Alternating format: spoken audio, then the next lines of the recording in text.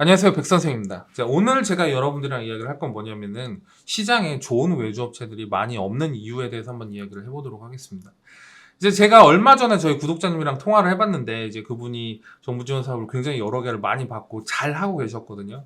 근데 그분이 이제 아직까지 이 어플리케이션 출시를 안 하신 거예요. 그래서 왜 출시를 안 했냐라고 말했더니 이 외주업체랑 문제 때문에 뭐 소송을 가야 되나 어쩌나 막 이러고 계신 거예요. 근데 실제로는 소송은 안 가시겠지만 굉장히 큰 어려움을 겪고 있는 거죠. 실제로 우리가 정부 지원 사업을 하다 보면은 거의 대부분 외주를 통해서 진행을 하게 되는데 외주 업체가 제대로 된 데가 거의 없어요.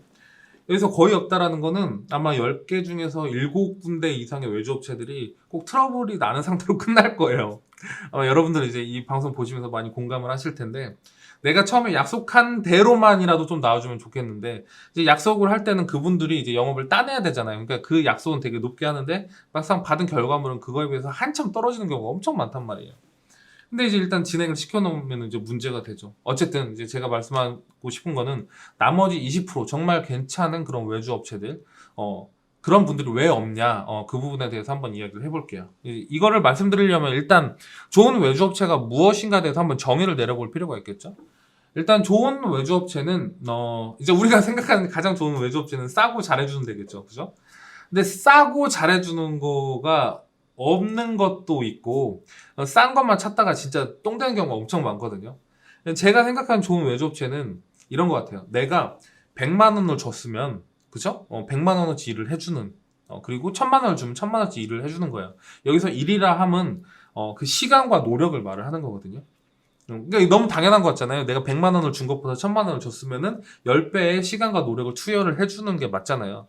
그 외주를 진행하시는 분들이 본인들의 어떤 시간에 대한 가격이 있을 거예요. 난 한 시간이 얼마짜리야. 뭐 이런 것들이 있겠죠. 그걸 저희랑 같이 얘기를 했을 거고. 그럼 내가 1000만 원, 2000만 원을 주면은 그만큼 진행을 해주셔야 되는데 상당히 많은 분들이 그냥 내가 받을 수 있을 만큼 최대한 외주 비용을 내가 받을 수 있을 만큼 최대한 땡기고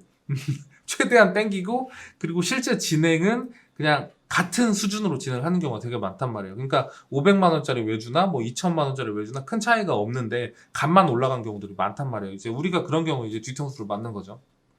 그래서 아까 제가 말씀드렸듯이 정말 내가 비용을 지불한 만큼 합당하게 일을 해주고 그리고 약속을 한 만큼 결과가 나와주고 그러려면은 약속을 그렇게 과하게 하지도 않고 그렇죠? 그리고 결과에 대해서 책임도 지고 그런 외주업체들을 만나는 게 정말 베스트인데 그런 분들을 왜 이렇게 만나는 게 어렵냐라면은 일단 첫 번째 이유는 일단 그분들이 마케팅에 신경을 못 쓰는 거예요. 본인을 드러내야 우리가 그런 분들을 찾을 거 아니에요.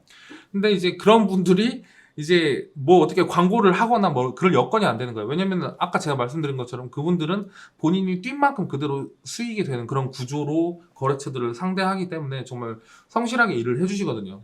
그러면은 굳이 마케팅을 하지 않더라도 나한테 일거리가 있다면 그냥 딱 그대로만 일을 하는 거죠.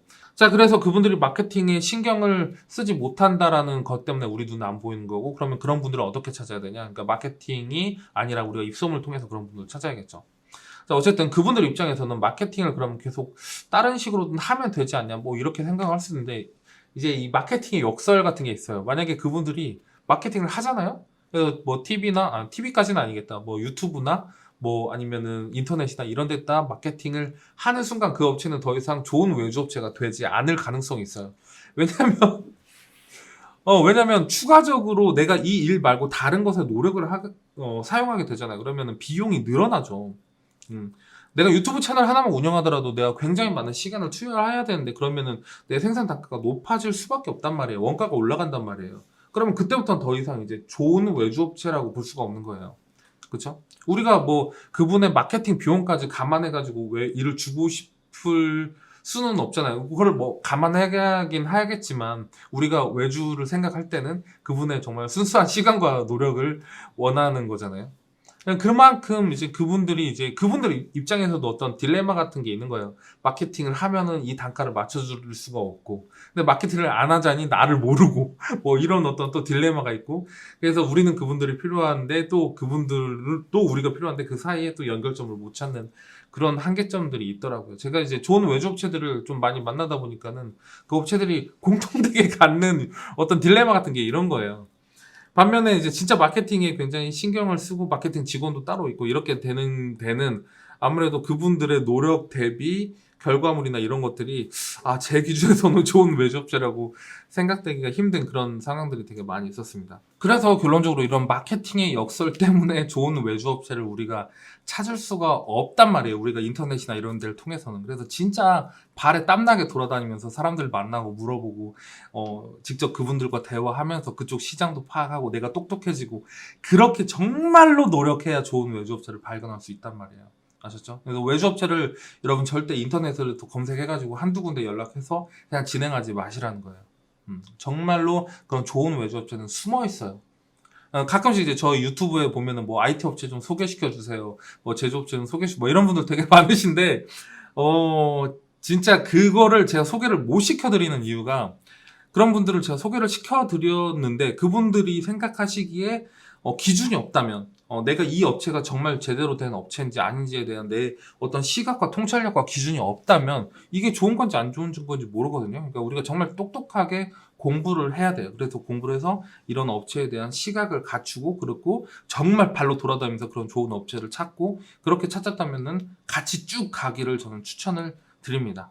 아시죠? 오늘은 이제 시장에 좋은 외주업체가 없는 이유와 그리고 어떻게 하면 그런 업체들을 찾을 수 있는지 그런 부분으로 한번 이야기를 해봤습니다.